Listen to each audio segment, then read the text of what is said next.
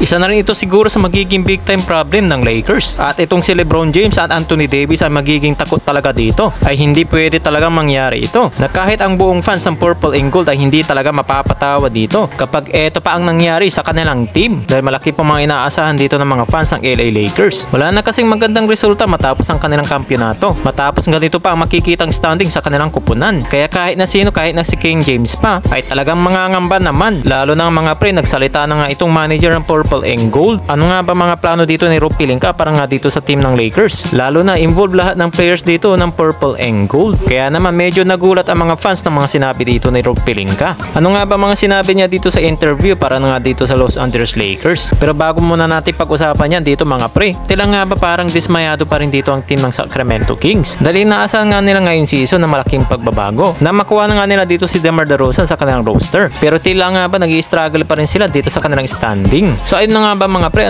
dismayado talaga dito ang Sacramento Kings. Lalo na nga dito sa naging laban nila sa Denver Nuggets. Ano nga ba mang nangyari dito mga pre? Dito nga sa huling minuto ng kanilang laban ay halos talagang naging dikitan lang. Naging lamang dito ng 2 points ang Sacramento Kings. Score na 127-125 matapos nga maipasok dito ng 3-pointer ni De'Aaron Fox. Pero kaagad naman nasagot yan ng Denver Nuggets. Matapos naman dito ang wide 3 open ni Nikola Jokic na 128-127 na lamang dito ang Denver Nuggets. Pero hindi pa dyan natatapos lahat dyan mga pre. Dito nga sa kanilang matinding laban, sa kanilang last 20 seconds remaining, ay nagkaroon pa dito ng posterized dunk si DeMar DeRozan. Over naman yan dito kay Jamal Murray. Nakuha naman ulit ng Sacramento Kings ang kanilang kalamangan ng 1 puntos. Score yan mga pre ng 129-128. Kaya naman kumuha ng timeout dito para sa Denver Nuggets. Sa last 16 seconds naman dito mga pre, ay naipasok naman dito ni Jamal Murray ang kanyang jumper. Na ito yung dahilan para makuha nila ulit yung kalamangan dito ng Denver Nuggets. Sa score ng 130-129. Dito naman tumawag ang timeout ng Sacramento Kings para na nga dito sa kanilang tsansa para manalo. At meron lamang silang 8 seconds para gumawa dito ng play. Dito nga sa huling possession nila mga pre, na okay na sana kung nagawa ito ng maayos ni DeMar DeRozan. Ang kaso nga lang dito mga pre, ay dumulas dito sa kamay ni DeMar DeRozan ang naging pasat dito ni Sabonis na dahilan para mas mapunta siya sa mas mahirap na tira. At nagmintis nga ito. Ito ang dahilan para manalo dito ang Denver Nuggets. Sa final score nila ng 130-129. Isa naman dito sa mga assistant coach ng Sacramento Kings ay napabato ng kanyang bottle water dahil naman dito sa kanyang sobrang pagkadismaya dahil nga dito sa ginawa ni DeMar DeRozan. At isa pa dyan mga pre, ay napamura pa dito si DeMar DeRozan dito nga sa kanyang nangyari na kahit dito sa kanyang sarili ay talagang makikitang dismayado siya. Well, dito naman sa laban nila mga pre, ay nanguna naman dito si Jamal Murray with 28 points. Talaga naman nag-i-struggle dito ang Sacramento Kings dito sa kanilang standing.